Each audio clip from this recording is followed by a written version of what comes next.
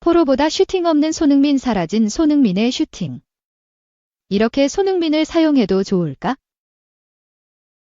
올 시즌 토트넘 호스퍼, 딩글랜드가 첫 패배의 쓴맛을 본 뉴캐슬전 스트라이커로 출전했으나 침묵한 손흥민이 현지 매체로부터 혹평을 받았다. 토트넘은 1일 영국 뉴캐슬의 세인트 제임스 파크에서 열린 2024-2025 잉글랜드 프로축구 프리미어리그 3라운드 뉴캐슬 유나이티드와 원정 경기에서 1대2로 졌다. 이는 토트넘의 올 시즌 첫 패배다. 손흥민은 최전방 공격수로 선발 출격했다. 전반 문전보다는 왼 측면으로 이동해 공격에 가담했고 후반에는 페널티 박스로 활동 지역을 옮겨 상대 수비진과 본격적으로 경쟁했다. 하지만 이렇다 할 장면을 만들지는 못했다. 전반 한 차례로 슈팅을 기록하지 못한 손흥민은 후반 10분에야 페널티 박스 밖에서 공을 잡더니 공을 몰고 전진해 슈팅을 찼다. 이는 상대 수비에 맞고 굴절돼 골대 밖으로 벗어났다. 이게 손흥민이 이날 기록한 유일한 슈팅이었다. 2라운드 에버턴전에서 멀티골을 폭발. 4대0 대승을 이끈 손흥민이 2경기 연속으로 득점포를 가동할 걸로 기대한 팬들은 아쉬울 법하다. 본격적으로 최전방에서 뛴 후반. 손흥민은 오른 측면 공격수로 나선 브레넌 존슨과 합을 맞추려 부단히 노력했다. 그러나 문전으로 넣어주는 존슨의 패스가 정교하지 못해 번번이 아쉬움을 삼켰다. 영국 풋볼 런던은 침묵한 손흥민에게 평점 5를 줬다. 붙박이 센터백 크리스티안 로메로와 함께 선발로 출전한 토트넘 선수 가운데 가장 낮은 점수다. 풋볼 런던은 이날 손흥민의 경기력을 놓고 페널티 박스 인근에서 인상적인 장면을 만드는데 고전했다고 평가했다. 이브닝 스탠더드도 손흥민에게 평점 5를 매겼다. 이 신문은 전반의 왼 측면에서 몇 차례 위협적인 패스를 페널티 박스로 넣었으나 하프타임 이후 중앙 공격수다운 모습을 보이는데 어려움을 겪었다고 분석했다. 풋볼 런던처럼 슈팅으로 팀의 활력을 불어넣을 스트라이커로서 공격력이 떨어졌다는 평가다. 축구 통계 매체 후스코어드닷컴은 손흥민에게 이들 매체보다 높은 6.85의 평점을 매겼다. 소득 없이 소속팀에서 시즌 3번째 경기를 마친 손흥민은 이제 9월 A매치 기간을 맞아 한국으로 돌아온다.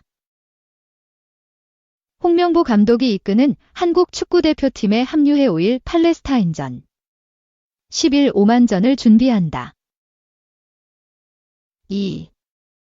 프리킥 내가 찰 거야 손흥민. 동료들 싸움 겨우 뜯어말렸다. 비수마의 주위 벤치의 질문 고된 주장의 삶. 고된 주장의 삶이다. 손흥민 32. 이 토트넘 동료들의 싸움을 겨우 뜯어말렸다.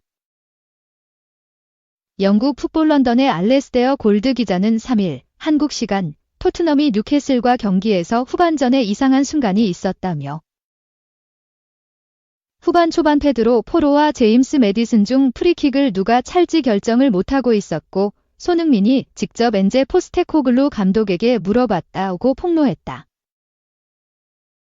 토트넘은 지난 1일 2024에서 2025 시즌 잉글리시 프리미어리그 3라운드 뉴캐슬과 원정에서 1대2로 패했다. 시즌 첫 패배를 기록한 토트넘은 1승 1무 1패, 승점 4로 리그 10위에 자리했다. 이상한 순간의 전말은 이랬다. 손흥민이 후반 13분 아크서클 부근에서 프리킥을 얻어냈다. 좋은 위치에서 프리킥 기회가 생기자 포로가 손흥민에게 손을 모으는 제스처를 취하며 자신이 차겠다고 어필했다. 하지만 비수마가 공을 잡고 주지 않으며 논란이 시작됐다. 여기에 매디슨까지 나서 본인이 차야 한다고 주장했다. 손흥민이 교통정리에 나섰다. 흥분한 비수마에게 뭔가 이야기하며 자중할 것으로 요구했다. 급기야 벤치에 소리치며 도움을 구했다. 토트넘 소식을 전하는 스퍼스웹은 3일 손흥민이 포스테코글루 감독에게 조언을 구하는 이상한 순간이 포착됐다고 전했다. 이어 메디슨과 포로가 합의에 이르지 못하자 손흥민은 벤치를 향해 누가 차야 할지 도움을 요청했다. 이어 라두 드라구신이 코치진에게 메시지를 전달했다며 포스테코글루 감독은 한 손에 두 손가락을, 다른 손에 세 손가락을 피며 23번인 포로가 찰 것을 주문했다고 설명했다.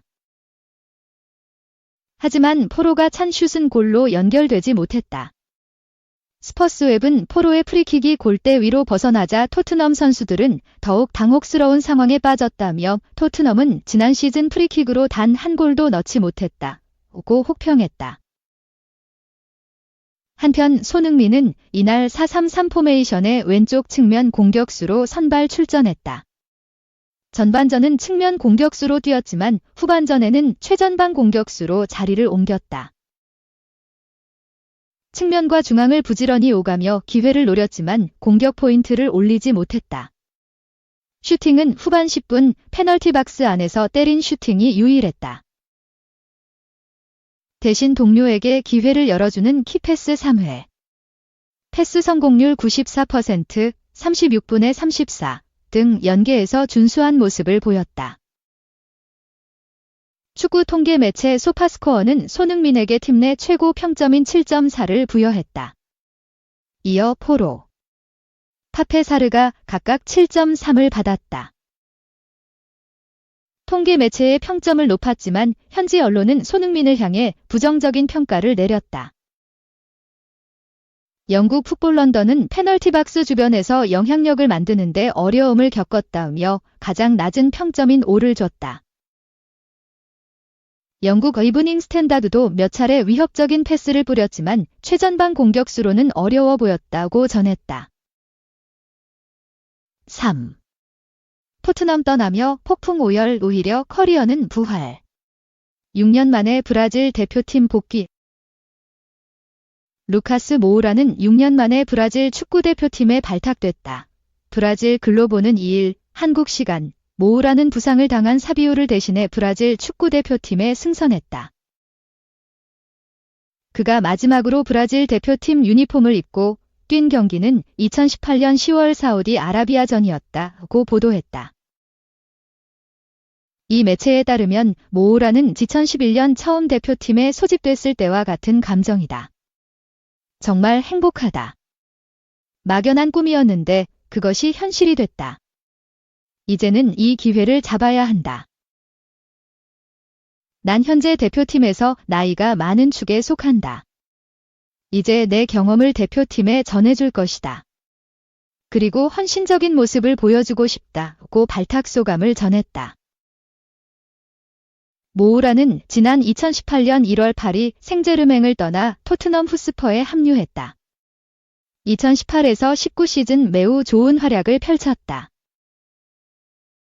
당시 모우라는 손흥민, 해리 케인과 함께 삼각편대를 구축해 프리미어리그 32경기에서 10골 1도움을 기록했다. 특히 유럽 축구연맹 챔피언스리그에서도 엄청난 존재감을 뽐냈다. 모우라는 준결승 2차전에서 아약스를 상대로 해트트릭을 신고했다. 모우라의 활약에 힘입어 토트넘은 아약스를 제치고 구단 역사상 처음으로 UCL 결승에 진출했다. 하지만 이후 행보는 아쉬웠다. 새로운 경쟁자들이 계속 합류하면서 모우라의 입지는 좁아졌다.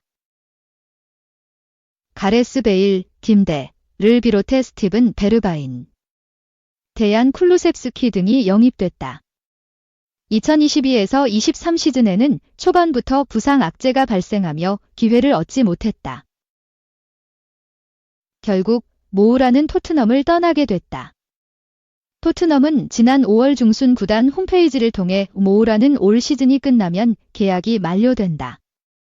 그리고 계약 기간을 마치는 대로 구단을 떠날 것이다고 공식 발표했다.